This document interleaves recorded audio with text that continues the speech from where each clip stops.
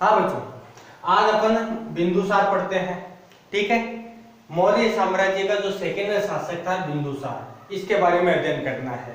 अपन ने पहले चंद्रगुप्त मौर्य के बारे में बात की थी कि कैसे इसका जो अंतिम समय है वो इसके राज्य में अकाल पड़ा रहा कई वर्षों तक। लास्ट में जाके इसने जैन धर्म को अपना लिया था भद्रभाव से शिक्षा ग्रहण करने के बाद में, और दक्षिण में उदयगोलम नामक पहाड़ी पर रह करके अन्न जल को त्याग करके अपने शरीर को भी त्याग दिया था। और इसका उत्तराधिकारी कौन बना था? बिंदुसार बना था।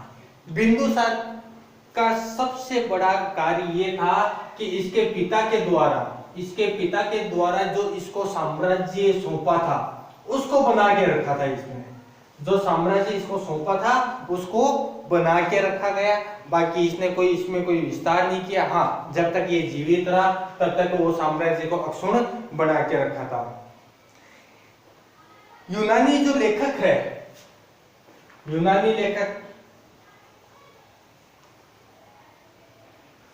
यूनानी लेखक इसको बिंदुसार को मुख्य रूप से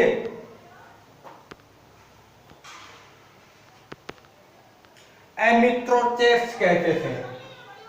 एमिथ्रोचेट्स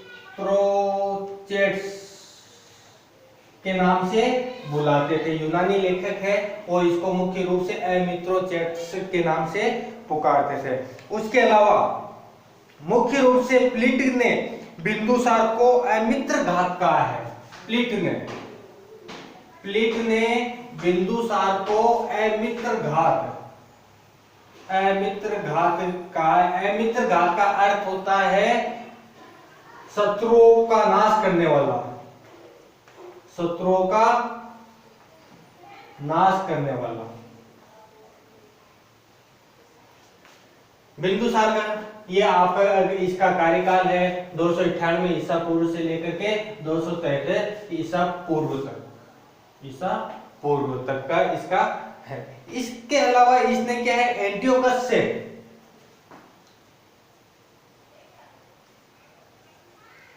मुख्य रूप से जो एंटियोकस प्रथम था इससे 3 वस्तुएं मांगी थी बिंदुसार ने। क्या मांगा था? मीठी शराब, अंजीर और दार्शनिक। एक दार्शनिक की आवश्यकता थी, अंजीरों की आवश्यकता थी और मीठी शराब, ये 3 वस्तुएं मांगी थी। तो एंटियोकस ने बड़ी विनम्रता के साथ में मीठी शराब और अंजीर ये 2 भिजवा दी गई और पत्र में लिखाया गया कि हमारे यहाँ पर मनुष्यों के खरीद फरोख्त नहीं होती, हमारे यहाँ पे ऐसा कोई कानून नहीं है, ये कानूनी रूप से वर्जित है, इसलिए हम आपको दार्शनिक नहीं दे सकते हैं। बस बिंदुसार में। और हाँ, इसने आजीवक धर्म को जरूर अपना लिया था, ये एक जरूर ध्यान में रखना। आजीवक संप्रदाय, ये आजीवक संप्रदाय को मानता था। ठीक है, बिंदुसार के बारे में अपने लिए इतना काफी है। अब बात करते हैं अशोक। बिंदुसार पे वैसे बहुत कम क्वेश्चन आता ही नहीं है। मुख्य रूप से चंद्रगुप्त मौर्य और अशोक के ऊपर सबसे ज्यादा यदि कोई क्वेश्चन पूछे जाते हैं तो अशोक के ऊपर क्वेश्चन पूछे जाते हैं। ठीक है, अब अपन अशोक महान के बारे में बात करते हैं कि आखिर ये अशोक क्या था, किस प्रकार से राजा बना, इसके बारे में अपन बात करते हैं।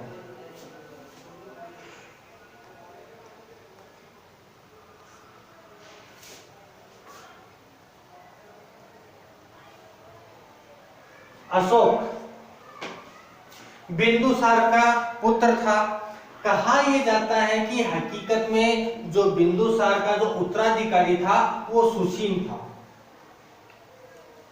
बिंदुसार सुसीम को राजा बनाना चाहता था, किंतु अशोक सुसीम को मार करके खुद राजा बन जाता है। कहा यह जाता है कि अशोक अपने 99 भाइयों की हत्या करके शासक बना था। 99 भाई। अशोक मुख्य रूप से शिव भक्त था, भगवान शिव की आराधना करता था। ठीक है, अब अशोक के बारे में बात करते हैं कि अशोक ऐसा क्या था जिसके कारण आज हमें पढ़ना पड़ रहा है। और इसको हम महान क्यों करते हैं? इतिहास में इसने ऐसा क्या कार्य किया था कि अशोक महान शासकों में गिना जाता है।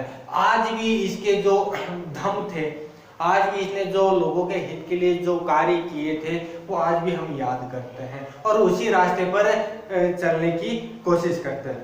सबसे पहले अशोक ने कुछ उपाधियां ग्रहण की थी और उसके अशोक ने उपाधियां ग्रहण की थी देवानाम प्रिय और देवानाम प्रियदर्शी। ये अशोक की उपाधियां हैं। इसका अर्थ होता है देवताओं का प्रिय। मुख्य रूप से अशोक के जितने भी अभिलेख हैं वहां पर हमें या तो देवानाम प्रिय मिलेगा या देवानाम प्रियदर्शी, यही लिखा हुआ मिलता है। किंतु हमारे पास में कुछ ऐसे अभिलेख भी हमें प्राप्त हुए हैं जहां पर हमें अशोक का नाम अशोक मिलता है, जिसमें उदयगोलम, निट्ठुर, मास्की और गुर्जरा। ये चार अभिलेख ऐसे हैं जहां पर इन चारों में अशोक का नाम अशोक मिलता है। सबसे पहले मास्की अभिलेख में, सर्वप्रथम मास्की अभिलेख में हमें अशोक का नाम अशोक मिला। उसके बाद में गुर्जरा, उदयगोलम और निट्ठुर में भी अशोक का नाम अशोक मिला। मुख्य रूप से अशोक ने बाद में बौद्ध धर्म को अपना लिया था। पहले अपन बात कर चुके हैं कि अशोक शिव भक्त था। अशोक मुख्य रूप से शिव भक्त था, भगवान शिव की आराधना करता था और उसके बाद में इसने बौद्ध धर्म को अपना लेता है और बौद्ध धर्म की जो शिक्षा है उसके अनुसार कार्य करता है। ये अपने राज्याभिषेक के 8वें वर्ष पर इसने कलिंग के ऊपर आक्रमण किया था। अशोक ने अपने जीवन में जो सबसे बड़ा आक्रमण किया था वो अपने राज्याभिषेक के 8वें वर्ष के बाद में किया था, जो कलिंग के ऊपर था। इस आक्रमण में या इस युद्ध में कहा जाता, उस वक्त कलिंग का राजा था कलिंग का जो राजा था नंदराज की और अशोक की सेना में इतना भयंकर युद्ध होता है कि उस युद्ध में 1 लाख सैनिक मारे गए थे और लगभग 1.5 लाख सैनिकों को बंदी बना लिया गया था। 1.5 लाख सैनिकों को क्या किया था? बंदी बना लिया गया। इस नरसंहार में अशोक का मन इतना द्रवित हो गया कि अशोक ने रणभेरी को छोड़ करके रणभेरी को त्याग दिया और उसकी जगह धम्भेरी की घोषणा कर दी। रणभेरी क्या होता है? रणभेरी आपने देखा होगा कि जो सीरियल आते हैं रामायण महाभारत, युद्ध होने से पहले वो पुंपड़िया बजाते हैं, पुम पुम पुम पुम, है ना? वो क्या है? रणभेरी। युद्ध भूमि की ओर प्रस्थान करते हैं, उसको क्या बोलते हैं? रणभेरी। तो अशोक ने कलिंग युद्ध के बाद में रणभेरी के पर रोक लगा दी और किसकी शुरुआत कर दी? धम्भेरी। अब एक नया शब्द आया हमारे पास में, धम। आखिर ये धम है क्या? इसके बारे में अपन पूरी डिटेल से बात करेंगे कि यूं अभी शॉर्ट रूप में समझ लो, जितनी भी अच्छी बातें हैं वो सब अशोक का धम है। अब जितनी भी अच्छी बातें मतलब माता पिता की सेवा करनी, उनका सम्मान करना, बुजुर्गों का सम्मान करना है, ठीक है, लोगों के हित के लिए कार्य करना है, पशुवध हमें नहीं करना है, जितनी भी अच्छी बातें, दान करना, दक्षिणा करना है, जितनी भी अच्छी बातें हैं वो अशोक के धम में शामिल है। और ये धम वर्तमान में भी हम इसी का आचरण कर रहे हैं, ये वर्तमान में भी उपयुक्त है हमारे लिए, ठीक है। अब अपन बात कर रहे हैं कि अशोक ने कौन कौन सा नगरों को बसाया था। मुख्य रूप से अशोक ने नेपाल का एक क्षेत्र है, नेपाल में ललित पाटन, इस क्षेत्र को बसाया था। अपने श्रीनगर को भी बसाने वाला कौन था? अशोक ही था। अशोक अपने राज्याभिषेक के 13वें वर्ष में नेपाल की यात्रा करता है और वहां पर जाकर के मुख्य रूप से क्या है कि बौद्ध धर्म को अपना लेता है। बौद्ध धर्म को अपनाने के बाद में महात्मा बुद्ध से जुड़े हुए जितने भी क्षेत्र हैं वहां पर ये यात्राएं करता है, उन क्षेत्रों को देखता है। तो कपिलवस्तु नामक स्थान पर, और यहाँ पर ये टैक्स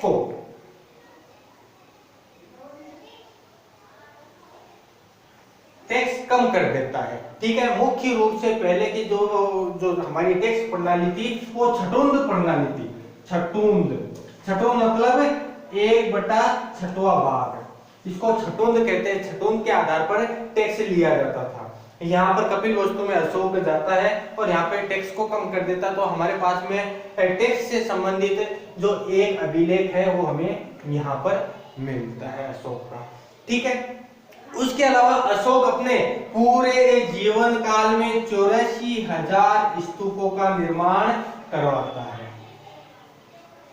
अशोक ही एकमात्र या प्रथम ऐसा शासक है जिसने अपनी बात को रखने के लिए या अपनी बात को लोगों तक पहुंचाने के लिए अभिलेखों का, शिलालेखों का प्रयोग किया था।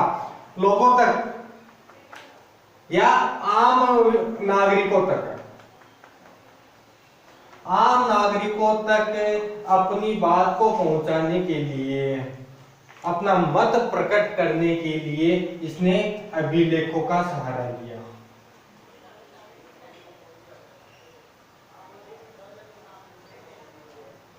अपने अभिलेखों का सहारा ले। सर्वप्रथम देखो, वैसे तो चंद्रगुप्त मौर्य का भी एक अभिलेख मिलता है, लेकिन वो एक अभिलेख है, उसमें वो ज्यादा नहीं है। लेकिन अशोक को हम प्रथम शासक मान सकते हैं जिसने अपने अभिलेखों के द्वारा अपनी बात है वो लोगों तक, प्रमुख गांव के, शहरों के प्रमुख चौराहों पर अभिलेख पत्थर रखवा दिए और उनके ऊपर अपनी बात जो उसको कहना था वो पूरी की पूरी कह दिए। अब देखो, अशोक ने काफी अभिलेख, शिलालेखों का निर्माण करवाया है, तो इनके बारे में एक बार देख लेते हैं कि शिलालेख, गुहालेख ये क्या है। ठीक है, सबसे पहले अपन बात करते हैं शिलालेख।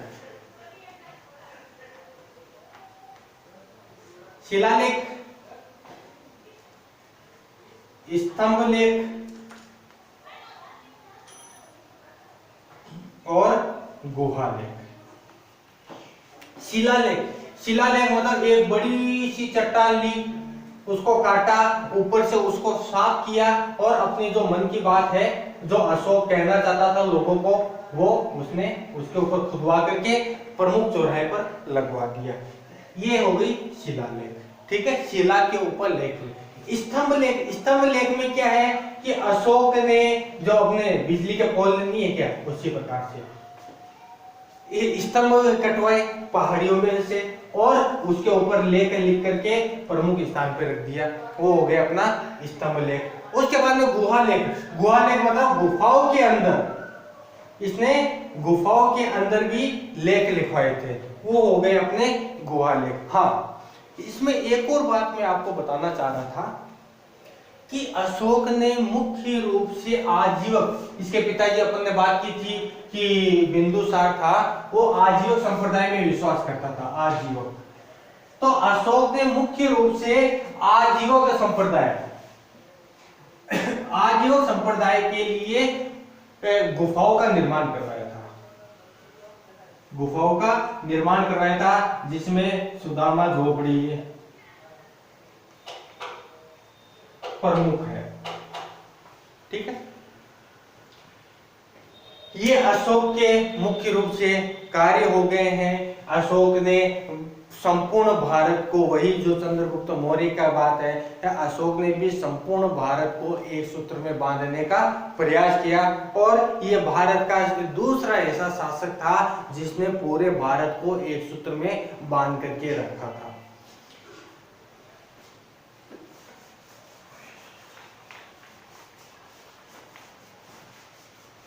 अब अशोक के जो अभिलेख हैं मुख्य रूप से हमें खरोष्टी और ब्राह्मी लिपि में मिलते हैं। खरोष्टी व ब्राह्मी लिपि में अशोक के अभिलेख हमें मिलते हैं। जैसे अभी जो मैं ये लिख रहा हूँ, ये कौन सी लिपि है? हिंदी में लिख रहा हूँ। हिंदी में लिखने वाली लिपि कौन सी है? देवनागरी लिपि। अभी मैं हिंदी में लिख रहा हूँ, ये कौन सी लिपि? देवनागरी लिपि। उसी प्रकार ने अशोक के जो अभिलेख हैं वो खरोष्टी व ब्राह्मी लिपि में लिखे जाते थे। अब ब्राह्मी लिपि में मुख्य रूप से बाएं से दाएं लिखा जाता था और खरोष्टी लिपि दाएं से बाएं लिखी जाती थी। सर्वप्रथम इस लिपि को पढ़ने का जो श्रेय जाता है वो है जेम्स प्रिंसेप। ये अपने एक अंग्रेज अधिकारी है, जेम्स प्रिंसेप, जिसमें अशोक की लिपि को पढ़ने का श्रेय इन्हीं को जाता है। यदि जेम्स प्रिंसेप अशोक के अभिलेख नहीं पढ़ पाते तो हमें अशोक और मौर्य काल के की क्रियाओं के बारे में हमें पता नहीं चलता। इसके अलावा जेम्स प्रिंसेप ने यहां पढ़ लिया है और तो अशोक में क्या बचा हुआ है? हाँ, उसके अलावा अशोक के कुछ अभिलेख के बारे में बात करते हैं। जैसे दिल्ली टोपरा अभिलेख, रानी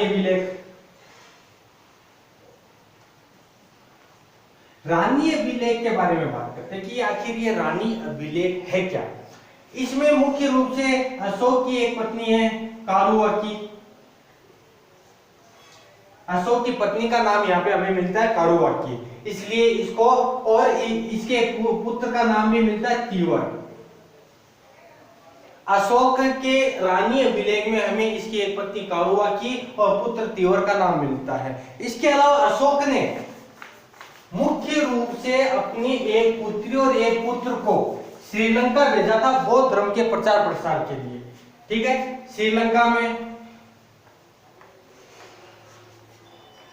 महेंद्र व पुत्री संघमित्रा। पुत्र महेंद्र व पुत्री संघमित्रा को श्रीलंका भेजा गया कि किस कार्य के लिए? बौद्ध धर्म का प्रचार प्रसार करने के लिए। ये श्रीलंका जाते हैं और श्रीलंका में बौद्ध धर्म का प्रचार प्रसार करते हैं, वहां के राजा को समझाते हैं। और सबसे बड़ी बात ये है, श्रीलंका का जो राजा है वो बौद्ध धर्म से इतना प्रभावित होता है, इन दोनों की बातों से इतना प्रभावित होता है कि वो खुद अपना नाम छोड़ करके उपाधि धारण करता है। वह उपाधि है देवानाम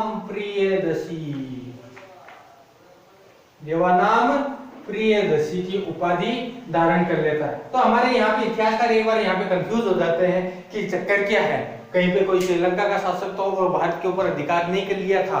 बाद में हमें जेम्स प्रिंसेप का अभिलेख, जब उसने अभिलेख पढ़ लिए थे तब जाके ज्ञात हुआ था कि बौद्ध धर्म के प्रचार के लिए अशोक ने महेंद्र और संघमित्रा को श्रीलंका भेजा था और बौद्ध धर्म से प्रभावित होकर, अशोक से प्रभावित होकर देवानाम प्रियदर्शी की उपाधि श्रीलंका के राजा ने ग्रहण कर ली थी।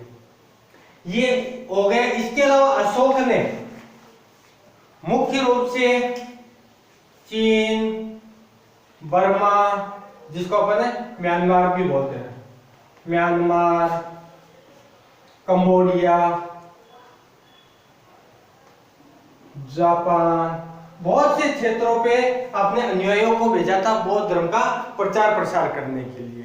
ठीक है, अशोक ने 84,000 बौद्ध धर्म के याद में 84,000 स्तूपों का निर्माण करवाया था। जो महात्मा बुद्ध से रिलेटेड स्थान थे उनको ध्यान में रख करके अशोक ने 84,000 स्तूपों का निर्माण करवाया। ये बहुत बड़ी बात थी। यहां तक कि अशोक ने यह भी घोषणा करवा दी थी कि कोई भी ऐसा व्यक्ति जो संघ मतलब बौद्ध धर्म का जो संघ था, बौद्ध संघ में फूट डालने की कोशिश करेगा तो उसको देश निकाला दे दिया जाएगा, उसको माफ नहीं किया जाएगा, कठोर सजा दे दी जाएगी।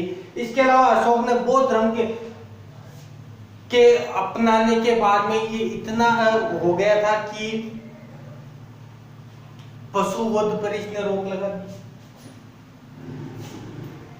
पशुवध पर रोक लगाना, लोगों के हित के लिए इसने जगह जगह सरायों का निर्माण करवाया था, धर्मशालाओं का निर्माण करवाया था। नहरों का निर्माण करवाया था। ये अशोक के जन कल्याणकारी कार्य थे। इसके अलावा धम्म, अशोक ने, अपन बात कर चुके हैं रणभेरी की जगह, रणभेरी के स्थान पर धम्मभेरी की घोषणा कर दी। इसने अपने धम्म की स्थापना करने के बाद में धम्म महामात्रों की भी नियुक्ति की। धम्म महामात्रों की, धम्म महामात्रों को आदेश दिया कि वो अपने क्षेत्र में हर 5 से 7 साल में यात्रा करेंगे, लोगों के सामने क्या परेशानी आ रही है, क्या कठिनाई आ रही है, उनका अवलोकन करेंगे और उनको सुधार करने का प्रयास करेंगे। उसके अलावा लोगों का कुछ कार्य है तो वो किसी भी समय वो मुझसे मिल सकते हैं, चाहे वो रात्रि का समय हो, चाहे सवेरे का समय हो, चाहे मैं सो रहा हो या खा रहा हो, जो भी कार्य कर रहा हो, यदि लोगों के हित के लिए है, लोगों की कोई समस्या है और वो मुझे बतानी है, तो आप किसी भी वक्त मुझसे आकर के आप मिल सकते हो। ठीक है, ये अशोक का धम्म है। धम्म का अर्थ पहले बता चुका हूं, वापस ध्यान से सुन लो। जितनी भी अपनी अच्छी बातें हैं वो धम्म के अंतर्गत आती है। माता पिता की सेवा करना, उनका सम्मान करना, बड़े बुजुर्गों का सम्मान करना, ये सब किस में आते हैं? आपके धम्म में आते हैं। ठीक है, आज के लिए अशोक का टॉपिक इतना ही पढ़ेंगे और बाकी अपन कल पढ़ेंगे। आज के लिए काफी इतना। धन्यवाद, नमस्कार, ओके बाय सभी को।